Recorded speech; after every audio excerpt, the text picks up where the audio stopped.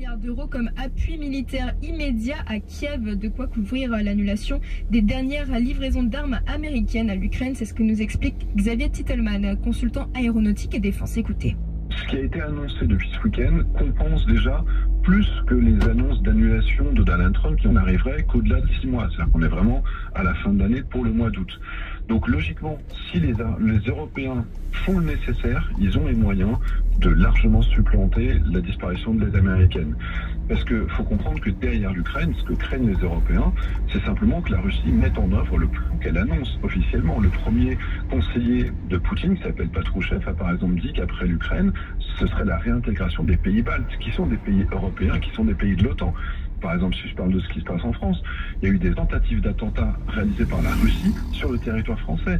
On a des infrastructures qui sont attaquées. Donc on a une situation dans laquelle les Russes préparent une guerre ouverte, le disent officiellement, et en plus disent sur quel pays est-ce qu'ils vont attaquer. Donc les Européens, ce qu'ils veulent, c'est être suffisamment forts, soutenir suffisamment l'Ukraine pour empêcher la Russie de continuer ses agressions, qu'elle ne gagne pas en Ukraine. Ça veut dire qu'elle ne puisse pas derrière recommencer les attaques contre l'Europe. Voilà, vous venez d'entendre Xavier Titelman. Il était l'invité de la matinale au micro d'Eva Cohen. Ce matin, vous pouvez retrouver l'interview en intégralité sur le site de média.com.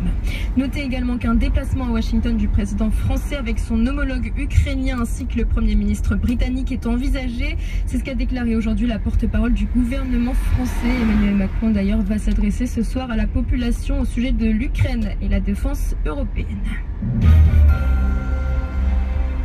Il a été adopté hier par les dirigeants arabes un plan de reconstruction de la bande de Gaza présenté lors du sommet arabe au Caire, plan pensé comme une alternative à celui de Donald Trump, à savoir prendre le contrôle de l'enclave et en déplacer la population dans les pays voisins, odieux selon les pays arabes réunis, qui eux proposent 53 milliards de dollars sur 5 ans, proposent de mobiliser. C'est le montant nécessaire à la reconstruction selon leur plan, une évaluation qui rejoint celle des Nations Unies, mais le plan présenté par l'Égypte a déjà été rejeté ce matin par Israël et son allié américain, Soukaina Aziz. Washington défend le plan de Donald Trump. Selon l'administration américaine, la proposition des pays arabes ne prend pas en compte le fait que Gaza est inhabitable. Pour rappel, l'enclave a connu 15 mois de bombardements incessants d'Israël. Tel Aviv refuse ce plan qui prévoit que l'autorité palestinienne prenne le contrôle de l'enclave sans le Hamas après une période transitoire gérée par un comité de technocrates palestiniens. Mais pour la diplomatie israélienne, c'est non. Mahmoud Abbas et son gouvernement sont corrompus et ont échoué à régler le conflit actuel. L'autorité palestinienne a tout de même le soutien du Hamas qui accueille positivement ce plan arabe dans l'espoir de parvenir à une paix. Mais Israël se dit déterminé à éliminer le mouvement palestinien. Ce mercredi, lors d'une cérémonie, le Premier ministre Benyamin Netanyahou se dit déterminé à mener le pays à la victoire. Des propos tenus devant le nouveau chef de l'armée, Eyal Zamir, à qui il affirme « Une très lourde responsabilité repose sur vos épaules ». Et le nouveau chef d'état-major justement a déclaré aujourd'hui que la mission de l'armée israélienne contre le Hamas dans la bande de Gaza n'était pas terminée. Toujours au Proche-Orient, en direction le Liban, 2 personnes ont été blessées aujourd'hui dans le sud, près de la frontière, après des frappes de drones israéliens. Annonce de l'agence officielle libanaise ANI. Pourtant, un cessez-le-feu est en place dans la région depuis fin novembre. Des frappes qui interviennent au lendemain de l'annonce par l'armée israélienne de l'élimination d'un homme présenté comme un chef de la force Al-Radwan. L'actualité dans notre région à présent et cette question, comment l'Algérie tente de faire taire ses opposants en France? C'est une enquête diffusée sur France 2. La télévision publique démontre comment le régime algérien approche des militants, tente d'obtenir des informations en échange d'un retour au pays sans poursuite. Une correspondance signée Camille Mathieu. Tout part d'une note confidentielle des services français. Les renseignements sont au courant d'une stratégie d'influence algérienne auprès de sa diaspora qui s'appuie notamment sur les réseaux sociaux. Illustration avec Rilas Aynouch, opposant réfugié en France, caricaturiste. Il est régulièrement contacté par les autorités algériennes. Elles lui proposent ce marché, ralliement au régime contre annulation de peine. Je ne pense pas qu'il y ait un opposant que le régime n'a pas essayé de rapprocher. Moi, déjà, on a essayé de me rapprocher pour me dire, voilà, on va faire sauter les 10 ans de prison. J'ai refusé. Les équipes de France 2 rencontrent également des opposants du mouvement autonomiste kabyle, classé organisation terroriste par Alger. Face aux caméras, ils échangent avec un interlocuteur. Dis-moi, en fait, je ne sais pas grand-chose sur toi. Tu travailles au ministère actuellement ou pas? Au ministère de l'Intérieur, oui.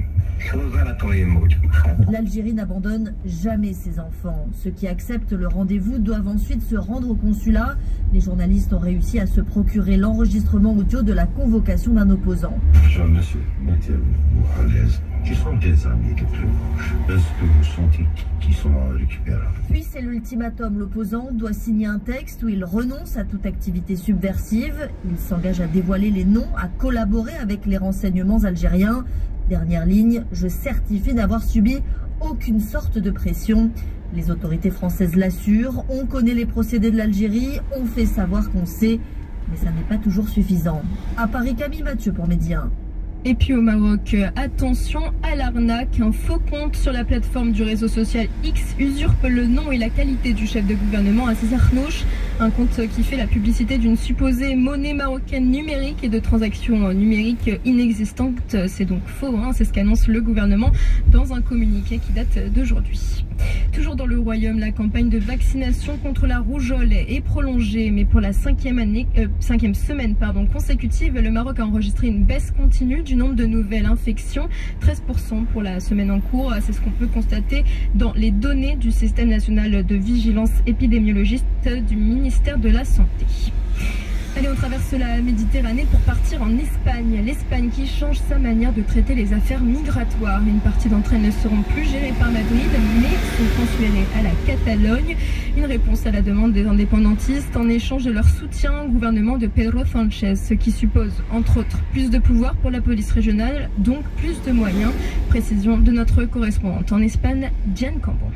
Toute la compétence sur l'immigration ne sera pas entièrement transférée à la Catalogne, mais cette région devient la première d'Espagne à gérer certains grands volets de la politique migratoire. Ainsi, comme le sollicitaient les indépendantistes, Barcelone aura le plein contrôle sur